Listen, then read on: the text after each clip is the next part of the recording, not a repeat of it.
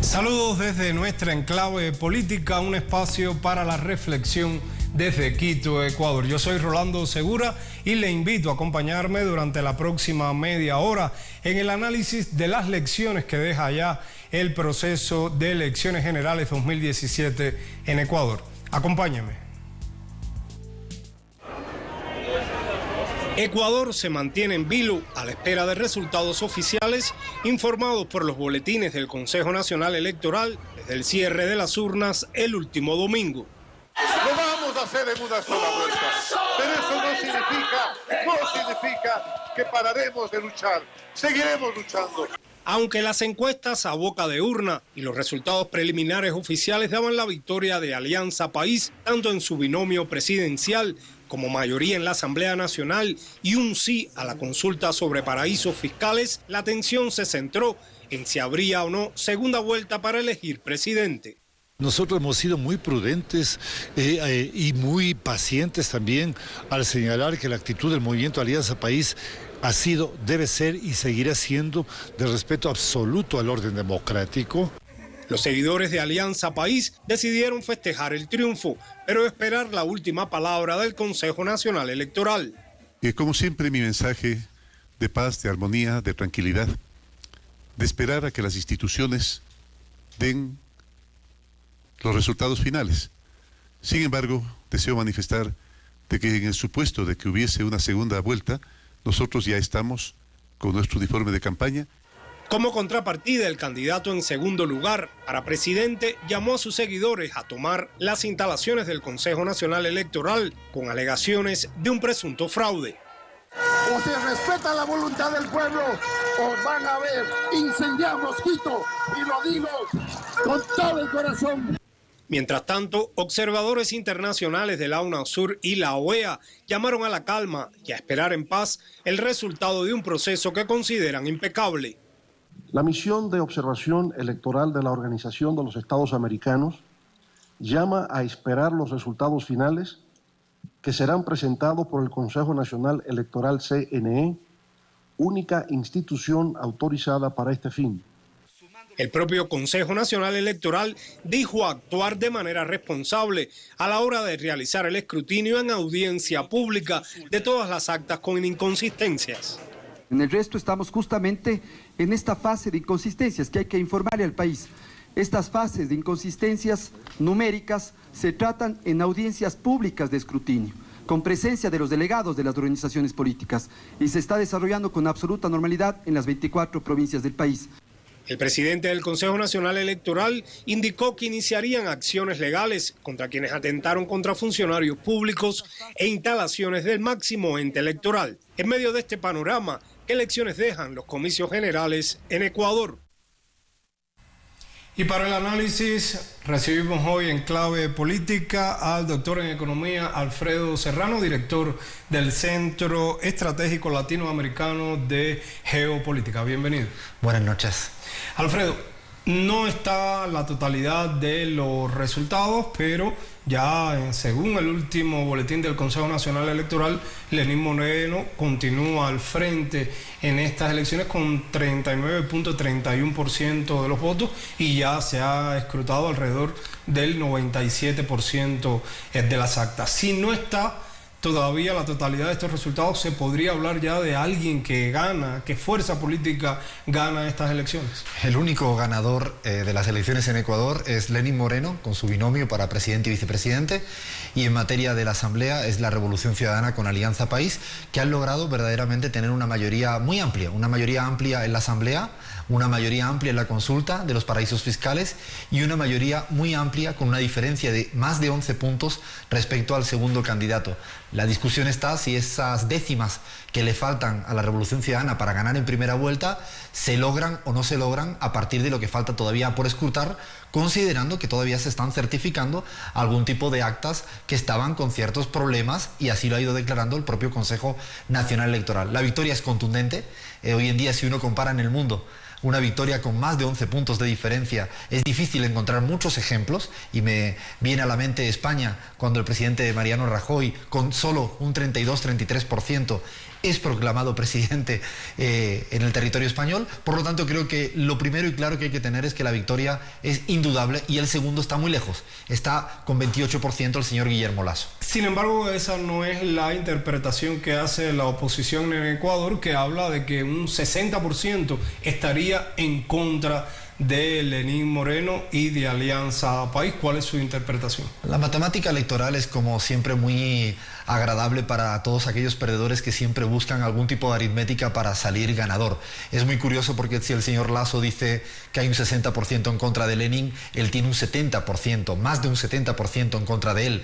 Es llamativo además el señor Lasso que después de 4 años de ser candidato presidencial solo ha logrado subir en 4 puntos porcentuales. Es decir, es un candidato que está por debajo, insisto, 12 puntos del primero, pero no solo eso, sino que después de 4 años en carrera presidencial logra sumar muy poco. Tiene una gran parte de la mayoría del ecuatoriano que no lo ha querido votar. Ha votado por muchos otros líderes políticos y no podemos hacer sumas sencillas en claves electorales para querer mandar un mensaje muy falaz a la ciudadanía. El ganador de las elecciones es indudablemente Lenín Moreno con su binomio, y después a partir de ahí podemos discutir los escenarios posibles hacia adelante, pero sería engañar a la ciudadanía ecuatoriana decir lo contrario. Pero cuando uno ve las redes sociales, la manera en que se han comportado tanto durante la campaña electoral como en este momento, por ejemplo, una de las matrices que se impone en las redes sociales es la condena, la censura a una provincia como Manabí, que votó ampliamente por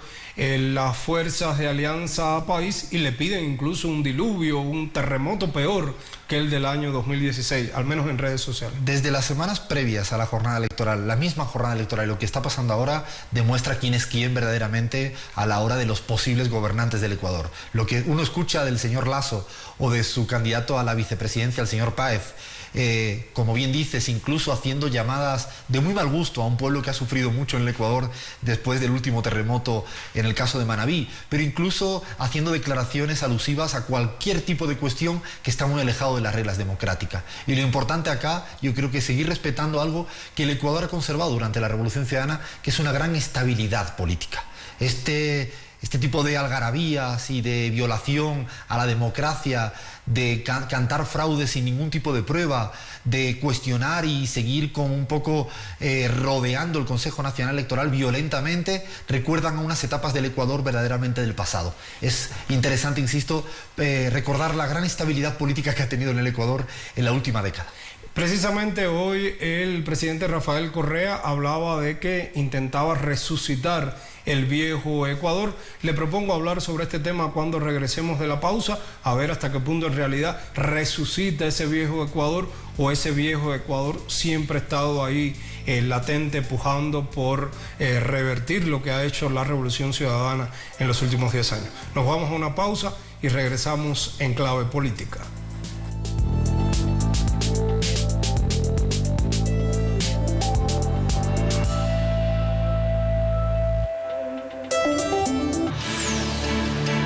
Continuamos el análisis en Clave Política con el doctor en Economía Alfredo Serrano, y escuchábamos hoy ya palabras un poco más agudas, diríamos, cuando se llamaba a incendiar Quito.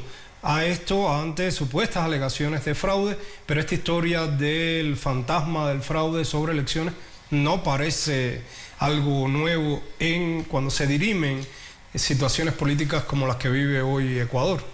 La imagen de lo que está pasando en Ecuador es un manual que está sucediendo en toda la región latinoamericana por parte de la derecha. Es anticipar un escenario de fraude por si acaso no logran ganar en las urnas lo que ellos están pretendiendo, que es hacer un cambio radical del rumbo político del país. Bueno, de hecho, hace unos días estaba acá una supuesta observadora internacional denunciando fraude, y luego se refugia en la embajada de Estados Unidos. De hecho, no hay ningún tipo de prueba. De hecho, los voceros de las misiones internacionales lo único que han hecho hasta el momento es aplaudir cuál ha sido el sistema electoral desde el principio hasta el final. Pero no solo eso, a mí me cabe una gran pregunta, y es que hoy era surrealista la imagen de ver el alcalde de Quito al lado del señor Guillermo Lasso con gritos fortísimos, desconocimiento al Consejo Nacional Electoral, cuando fue este mismo Consejo Nacional Electoral el que le dio, o el que validó, mejor dicho, la victoria al señor mismo Mauricio Rodas. Es decir, el propio Consejo Nacional Electoral que validó, certificó la victoria del alcalde de Quito opositor, hoy en día es cuestionado por ellos mismos. Y la gran pregunta que a mí me cabe es, ¿qué harán si el Consejo Nacional Electoral finalmente plantea una cuestión de segunda vuelta? Si ya han dicho que hay que desconocer los resultados. Desde el domingo a la mañana están diciendo que lo que diga el Consejo Nacional Electoral no es válido. Por lo tanto, pase lo que pase, ¿qué sucederá el día después de que el Consejo Nacional Electoral cierre las actas? Es muy preocupante, fundamentalmente, que un candidato a presidente tenga tanta irresponsabilidad democrática de no respetar una de las instituciones que son pilares de cualquier tipo de democracia. Y eso es realmente lo que está sucediendo en el Ecuador, llevándolo a casos extremos, porque son 3 días, 2 días mejor dicho, con una fuerte violencia y cercando de una manera intimidatoria realmente a lo que es la instancia que hoy en día dirá cuando ellos consideren oportuno en función del final escrutado. Y ese candidato presidencial y su vicepresidente, al menos en el binomio propuesto como candidatura, van frente a la sede del Consejo Nacional Electoral con los manifestantes, pero no asisten hoy a la reunión informativa técnica a la que le convocó el Consejo Nacional Electoral. ¿Qué tipo de estrategia podría haber detrás de esto? Es que no han demostrado nada, no solo eso, sino que el domingo a la mañana, al inicio de la jornada electoral, ya el propio candidato a vicepresidente estaba hablando de fraude en un modo de absoluta irresponsabilidad, porque no hay nada, no existe nada que hayan podido demostrar. Lo único que están queriendo es que el Consejo Nacional Electoral anticipe un resultado electoral sin el conteo del 100%. Yo le pregunto a estos dos candidatos, a este binomio, ¿qué estarán pensando aquella población que todavía falta por escrutar? No están respetando esa voluntad popular a la cual apela incluso en sus discursos verdaderamente incendiarios. Llega al extremo porque lo que han subido el tono es que quieren plantear un estado verdaderamente de ingobernabilidad en el país. Y me preocupa mucho sea el resultado que sea. Si es ganador en primera vuelta Alianza País, ¿cuál va a ser el respeto de los resultados electorales? Pero si hubiera una segunda vuelta, ¿estarían de acuerdo los resultados de una segunda vuelta? Porque lo que han planteado es una actitud realmente antidemocrática, sin prueba alguna, y eso es lo preocupante en este caso. Pero llama la atención ahora también cómo el propio presidente Rafael Correa señala algunas irregularidades que se podrían haber presentado en el proceso electoral, y los delegados de Alianza País ya presentaron, sí, una denuncia formal en el Consejo Nacional Electoral por unas 20.000 actas que no se corresponden con lo que se subió de actas escaneadas por parte del Consejo Nacional Electoral. ¿Qué lectura tendría esto? Las declaraciones del presidente Rafael Correa y el candidato presidente Lenín Moreno, junto con otros voceros de la Revolución Ciudadana, lo que han sostenido en estas 48 horas que llevamos es de absoluto respeto al Consejo Nacional Electoral y la exigencia de que se cuente voto a voto, sin tipo de intimidación, sin tipo de manifestación violenta, sin ningún tipo de cerco al Consejo Nacional Electoral, sin ningún tipo de insulto, y lo digo porque el propio candidato al vicepresidente por parte de la derecha, Andrés Páez, ya ha insultado, ha llegado al nivel de lograr insultar al propio presidente del Consejo Nacional Electoral. Muestra un poco cuáles son los proyectos que están en pugna. Uno que es verdadero odio de intentar generar inestabilidad, no gobernabilidad en el país, que es el de la oposición actualmente, y el otro que con mucho respeto el presidente Rafael Correa exige al Consejo Nacional Electoral que cuente voto a voto y que si existen irregularidades en el voto de afuera o en el voto de adentro, se valide acta a acta. No puede tener más derecho un partido político a existir el reconteo de voto a voto que otro. Por lo tanto, me parece muy legítimo que la propia Revolución Ciudadana también exija y ponga encima de la mesa casos concretos, si han detectado y tienen pruebas de que se siga la pauta. Pero es bastante grave la denuncia. Es una denuncia grave porque lo que le está exigiendo, y yo creo que es una cosa mucho más interesante, porque demuestra, es una denuncia con pruebas que plantea que ha habido irregularidades en determinados aspectos en el conteo de voto. A diferencia de lo que está pasando en el otro bando, el bando opositor, el bando de la derecha, es que están gritando y no han presentado ningún tipo de prueba y además, como bien decías, no han ido a ningún tipo de reunión que le plantea el propio Consejo Nacional Electoral. El aspecto fundamental que ha estado en discusión durante los últimos días y que ha mantenido en vilo a Ecuador ha sido el tema de si hay o no segunda vuelta, y lo que para muchos es una demora en dar un resultado total, y el argumento que ha esgrimido el Consejo Nacional Electoral, que tiene que dar resultados oficiales, contundentes, porque hay un margen muy estrecho en esta elección y qué lección se puede sacar esto en cuanto a los márgenes. Es algo que se ha comportado en las últimas elecciones en América Latina al menos. Es interesante porque cuando uno lee los medios de afuera respecto a lo que pasa en el Ecuador, parece que hubiera una diferencia por 8 décimas o 6 décimas respecto del primero al segundo, y no. Estamos hablando de que la cuestión es si llega al 40%, pero la diferencia es de 11 puntos porcentuales. Y recuerdo elecciones en Estados Unidos, elecciones en El Salvador, donde se ha dilucidado un final a partir de muy pocos números de votos. Es estrecho el resultado y hay que pensar que en América Latina los resultados electorales se van a veces resolver por diferencias de votos menores. Han pasado muchos años del bloque de países progresistas. Yo recuerdo un dato que no me gusta dejar de decir, es que de 24 elecciones a nivel presidencial que ha habido en la región latinoamericana en los últimos 15 años, en los países progresistas, solo una vez ha ganado un candidato de la derecha, el señor Mauricio Macri, y en segunda vuelta en la Argentina. Del resto, de las 24 veces, esta sería la 25, por ahora sigue siendo el primer que gana en las urnas los países, o mejor dicho, los candidatos del bloque progresista. Hay que sacar a Temer porque fue a través de un golpe de Estado. Pero eso lo digo llamativo, porque si bien es cierto que cada vez se puede reñir más en el plano electoral, no hay que dejar de ver un poco la perspectiva histórica de que de 25 elecciones, esta sería la 25ª, hay que tener claridad de que solo una vez, por ahora, el señor Macri ha sido el único que ha ganado en segunda vuelta, y por un estrecho margen respecto a Scioli en la Argentina. Le propongo, doctor, hacer otra pausa y en minutos regresamos para seguir el análisis en clave política.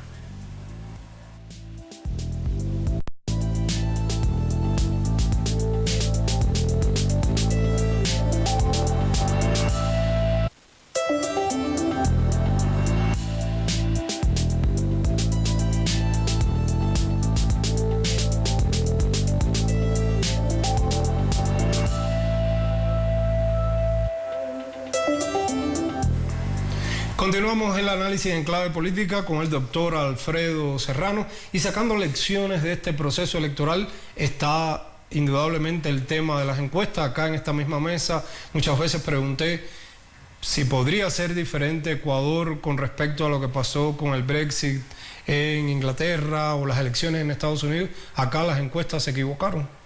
Uno va aprendiendo que en los últimos años, y lo digo años en un sentido amplio del término, parece que las encuestas no le atinan. Es curioso porque ya empieza a ser una constante desde lo que pasó en Brasil, en la Argentina, en lo de Colombia, en el referéndum en Bolivia, acá, en Venezuela, el Brexit. De tal manera que uno habría que repensar un poco mejor si es una cuestión de que se están utilizando las encuestas como verdaderas armas, no arrojadizas frente al otro. Es que los datos, ningún dato es inocente y no se usa de ninguna de las maneras, y además uno metodológicamente pareciera que las encuestas están respondiendo a patrones viejos cuando hay un comportamiento muy diferente en las sociedades después de grandes transformaciones que han tenido estas sociedades. La ecuatoriana particularmente en 10 años ha logrado ser muy diferente a la que existía, y hoy en día las encuestas pareciera que no logran atinar. Lo peor de todo esto es que a veces en el momento de espera estamos todos tan ansiosos de tener resultados que acabamos aferrándonos excesivamente a ellas y acabamos cometiendo los mismos errores cada vez que se da una cita electoral. Pero yo creo que hay que poner un poco en cuarentena cada vez más qué están diciendo las encuestas y con qué intencionalidad lo plantean, porque de hecho es curioso en el Ecuador que todas las encuestas sí coincidían en que Lenin superaba un 40%, más del 40%, y solo había una que forzaba a un porcentaje de Lenin por debajo del 40%. Por lo tanto, uno a veces tiene como duda de la ingenuidad, de la gran objetividad de la forma que se presentan. Claro, ¿y qué papel podría tener hacia dónde se dirige la opinión de los encuestados, de los votantes, cuando el escenario que hemos visto durante toda esta campaña electoral ha sido un escenario de guerra, diríamos, de guerra de información, de guerra de intentar imponer asuntos que se demostraron en definitiva ser falsos? Y además imponen matrices de opinión, por lo tanto, cuando a uno le pregunta y hay una matriz de opinión impuesta, el voto puede ser vergonzante, no tiene ganas de por qué reconocer, incluso es llamativo. La asamblea es absolutamente de Alianza País, cuando todas las encuestas parecía que no la daba, porque había una matriz de opinión muy en contra por parte de los medios más importantes del país, en contra de lo que era la Alianza País. Han intentado hacer shows mediáticos en el país de todo tipo, incluso casi de manera novelera, han llegado al extremo. Por lo tanto, cuando uno pregunta a un ciudadano u otro, hay que relativizar un poco su forma de opinar. Incluso los votos nulos, válidos, a veces se proyectan como si fueran un comportamiento homogéneo. Creo que hay que estudiar con mucha más cautela en este siglo XXI el comportamiento de este instrumento político. Las matrices que han estado sobre la palestra ha sido la corrupción, el fraude, ahora con mayor intensidad, pero también en los últimos días una matriz de una supuesta sublevación de las Fuerzas Armadas. ¿Qué podría estar detrás de este tipo de la intención, en realidad, como usted decía, de un manual que se trate de un intento también de un golpe, diríamos? La derecha ecuatoriana ya tiene hace pocos años intentó dar un golpe al presidente Rafael Correa. No hay que rememorar viejos periodos del siglo XX, sino el propio siglo XXI. Y algunas declaraciones de absoluta irresponsabilidad democrática han incluso llamado a las fuerzas militares, a los policías, a que se sumaran a una protesta violenta, pues no respetando las reglas democráticas ni el propio instancia que le da una gran estabilidad gubernamental como es el Consejo Nacional Electoral. Han llegado hasta ese extremo y no estamos interpretando ni usted ni yo. Simplemente cualquier persona puede mirar declaraciones explícitas en las redes de candidatos a vicepresidente, llamando sin ningún tipo de disimulo a las Fuerzas Armadas. Esto de alguna manera es algo ya muy repetido en la región latinoamericana cuando la derecha no logra ganar en las urnas. Hay que recordar que han perdido por 11 puntos, no logran ganar en las urnas y van forzando ese viejo manual que en algunos lugares han dado buen resultado, pero que en otros no, y esperemos que en el Ecuador se siga respetando al menos el máximo sentido democrático. Y ahora, para las fuerzas de Alianza País, ¿funcionó la narrativa de la década ganada durante esta campaña electoral? Yo creo que logró tener un piso de votos importante, y el 40%, el 39-31%, con una asamblea mayoritaria muy por encima del 50% y la consulta muy por encima.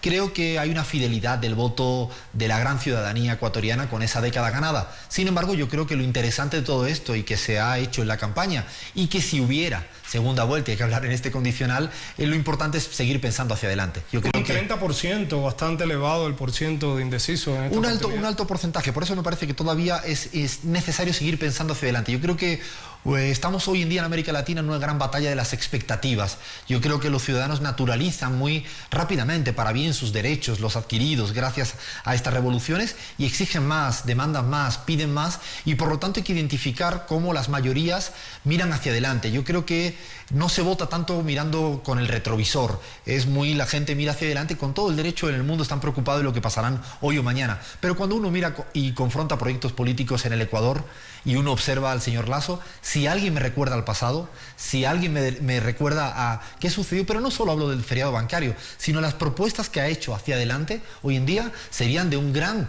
ajuste para el caso de la mayoría. Y tenemos un caso reciente, que aparecían con globos de colores amarillos, con sonrisas en campañas electorales, pero el minuto 1 de gobierno lo que hicieron fue un gran tarifazo, lo que hicieron fue generar una gran inflación, y estoy hablando del caso de Macri en la Argentina o el caso de Temer en Brasil. Por lo tanto, insisto que yo creo que es determinante seguir pensando hacia adelante. Una mayoría, que es la Revolución Ciudadana, frente a una minoría. Y creo que en ese sentido tenemos que plantear si hubiera o hubiese segunda vuelta. Y nos quedan 30 segundos. Responder. ¿Podría entonces, con el resultado que hay hasta ahora de la elección, hablarse de un fin de ciclo en América Latina, del ciclo progresista? Un partido político, un movimiento político que gana con 11 puntos de diferencia está más vivo que nunca. Yo creo que no podemos ser apocalípticos del fin de ciclo cuando los procesos siguen cabalgando, caminando, disputando y discutiendo. Y la primera fuerza votada en este país, después de todo lo que se ha dicho, sigue siendo la Revolución Ciudadana. Muchas gracias, doctor Alfredo Serrano, por acompañarnos hoy en Clave Política. Usted también las gracias por acompañarnos, y regresaremos el próximo martes para analizar la coyuntura electoral en Ecuador y América Latina.